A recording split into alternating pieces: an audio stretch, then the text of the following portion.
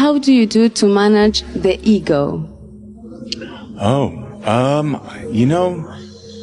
For me, I just, I know I'm a pretty simple guy.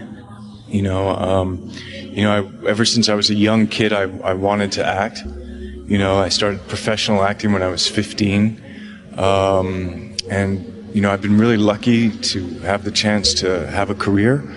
And, I don't know, I just have always tried to keep it simple. One day you decided you wanted to be that kind of person.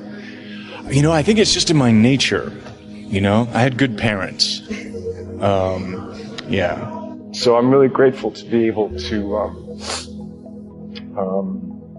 earn a living and have a career, try and have a career, something that I love and a simple thing just to have.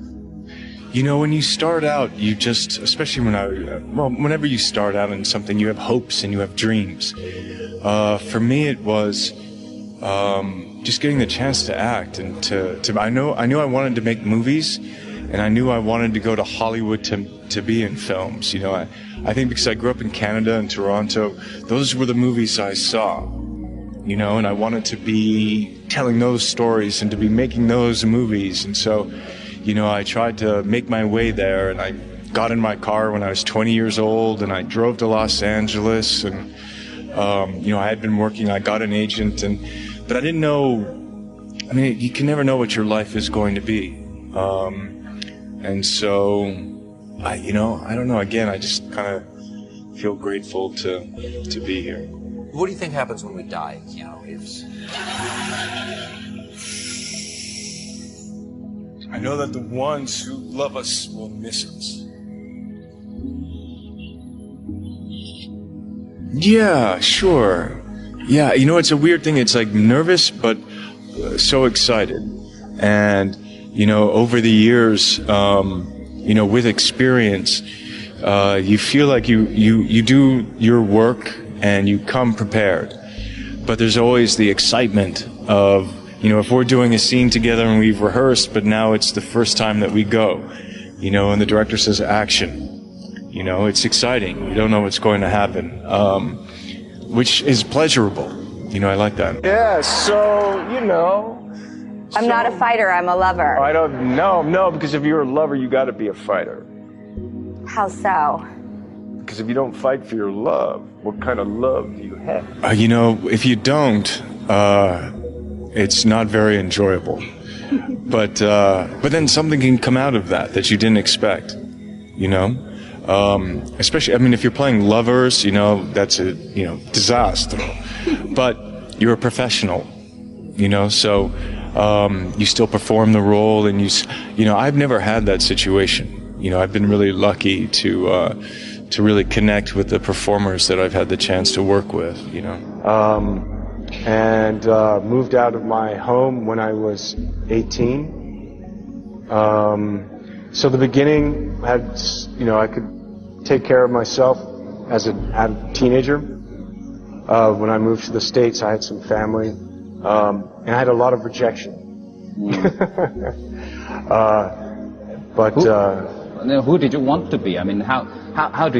How did you foresee your future as an actor? I didn't. I was just wanted to do it. I was very self-motivated. When I was in school, I was taking acting classes at night. I was going to summer stock theater. I was doing community theater.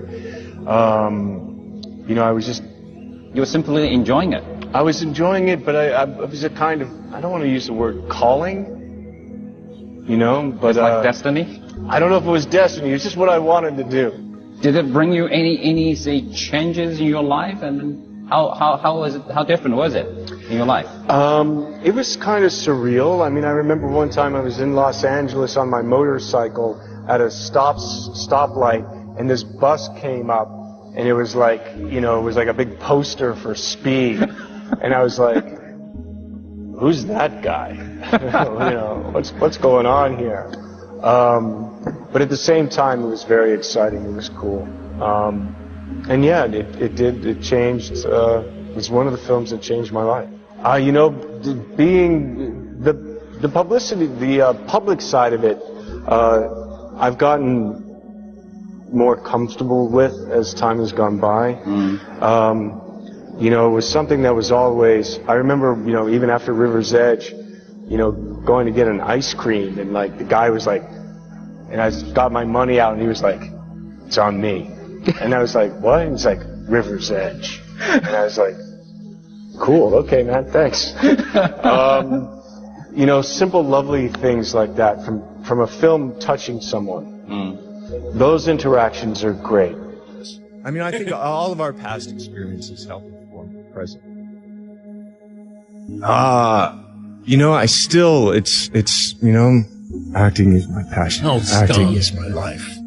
What would your dream man cave be? Oh my God. What would you want in there? You know, with the way that I'm working and the way things, I'm just looking for, you know, some quiet, some silence, to reflect, to read, you know. I would say that it's, even though it's a film really of sacrifice, it's a film about honor, it's a film about home, you know, fighting for one's home, one's honor, one's place. And I think it's really life-affirming, you know, to kind of the preciousness of life and the preciousness of home. I'm doing good every day? Yeah, I mean, every day that I'm here, I'm glad to be here.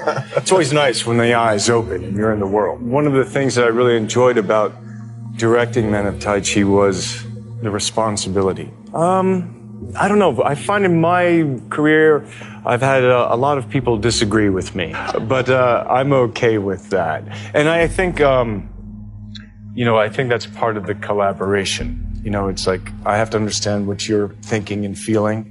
You know, if you're acting in the piece, if you're the production designer, you know, it's this collaboration of ideas. So he's letting go of his best self for one, his own kind of dark passion to fight, to want to have power.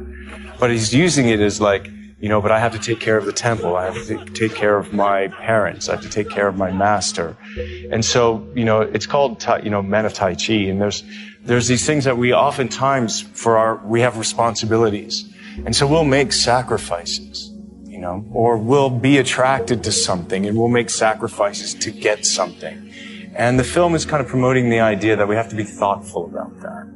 You know, that you can sometimes sacrifice yourself, that you think it's for the good, but maybe there's another way. And then the one that was interesting, because, you know, people say, well, what are the challenges, you know, with say, the language? To me, that was an opportunity. It's always about communication. And as long as that was okay, and absolutely.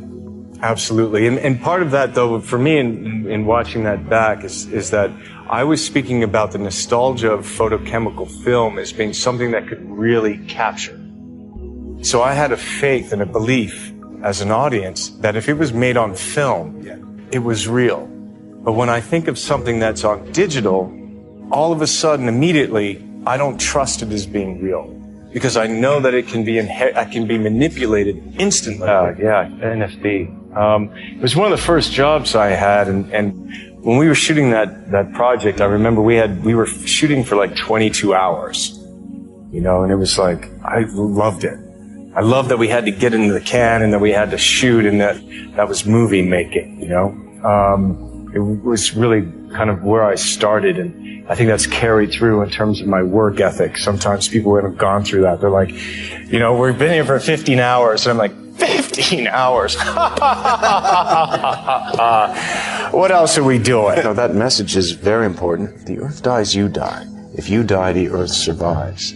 I'm a friend of the earth. Yeah, hopefully this film will be a part of that. And, you know, I have a foundation that does some, you know, it's mostly directed towards you know, healthcare and education, but it's done in the past some rainforest conservation, but and then, yeah, like you said, you know, you do what you can. I lead a very quiet, normal kind of, really, I mean, my private life is a boring disaster, but work is good.